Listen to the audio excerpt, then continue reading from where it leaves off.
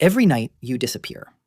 Not literally, your body stays right where it is, but something else leaves. Your thoughts stop belonging to you. Your sense of time collapses. For hours, you exist in a state no waking word can fully describe. And in the morning, you call it nothing. You call it sleep. But the real answer is far stranger. Because while you were gone, your brain was working harder than it does at almost any other point in your day. It was sorting, editing, rehearsing dangers that never happened.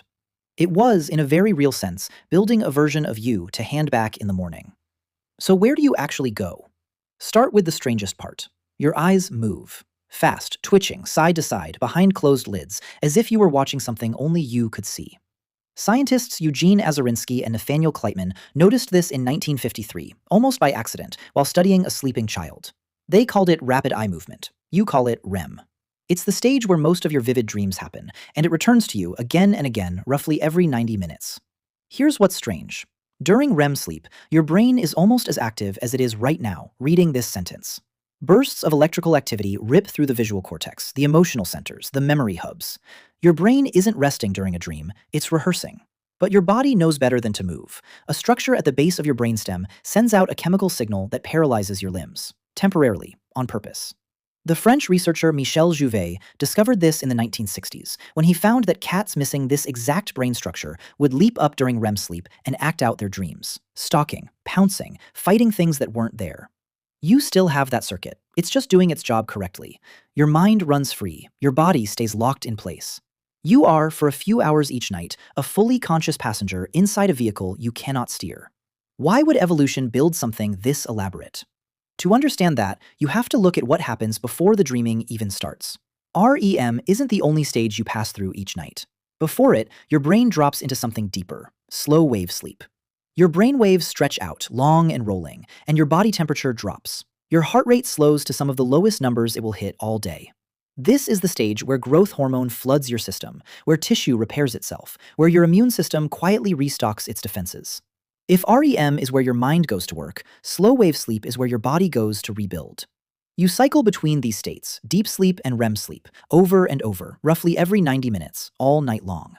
Early cycles favor the deep restorative stage. Later cycles favor REM. That's why the dreams you remember most vividly tend to happen just before you wake up. Your brain saves its strangest material for last. One answer lives in your memory. Neuroscientist Robert Stickgold spent years studying what happens to information while you sleep, and found something counterintuitive. You don't just store memories during the day and rest at night. You store them at night.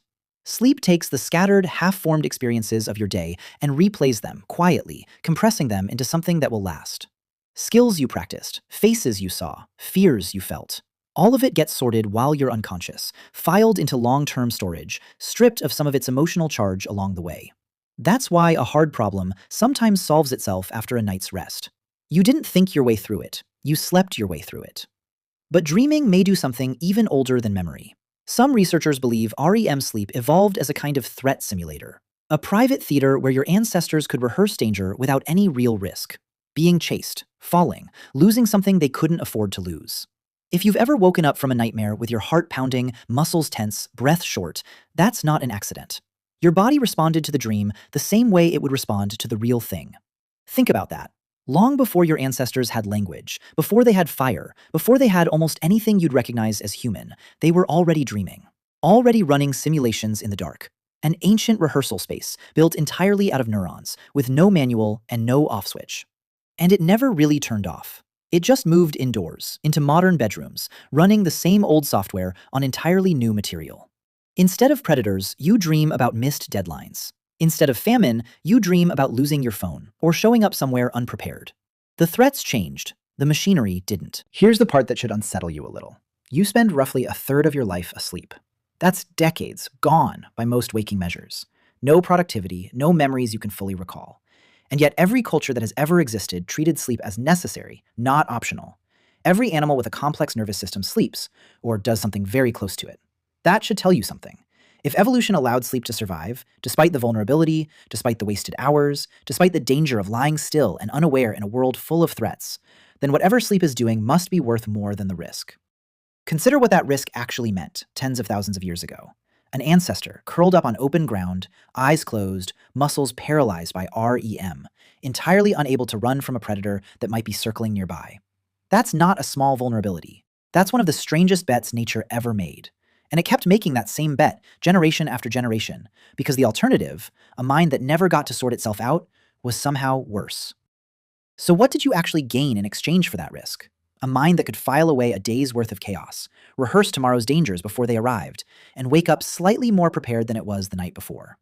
Sleep researcher Matthew Walker has spent decades arguing that sleep isn't the shutdown of the mind at all. It's one of its most active states. Memory, emotion, even creativity, all of it gets reshaped in the dark, whether you remember any of it or not. Which means the version of you that wakes up tomorrow isn't quite the same one that fell asleep tonight. Something was edited overnight, reinforced, quietly repaired. The face you couldn't place yesterday might click into place today. The argument that felt unresolved last night might feel smaller, quieter, more manageable by morning. None of that happened by accident. It happened while you were somewhere still, unconscious, and completely unaware of the work being done on your behalf. And maybe that's the real answer to the question. You don't go anywhere when you sleep. Somewhere still, quiet, and paralyzed, you stay exactly where you are. But something inside you goes to work, sorting through the wreckage and wonder of another day, rehearsing threats that may never come, and building, piece by piece, the person who will open their eyes tomorrow morning and call it nothing. Call it sleep.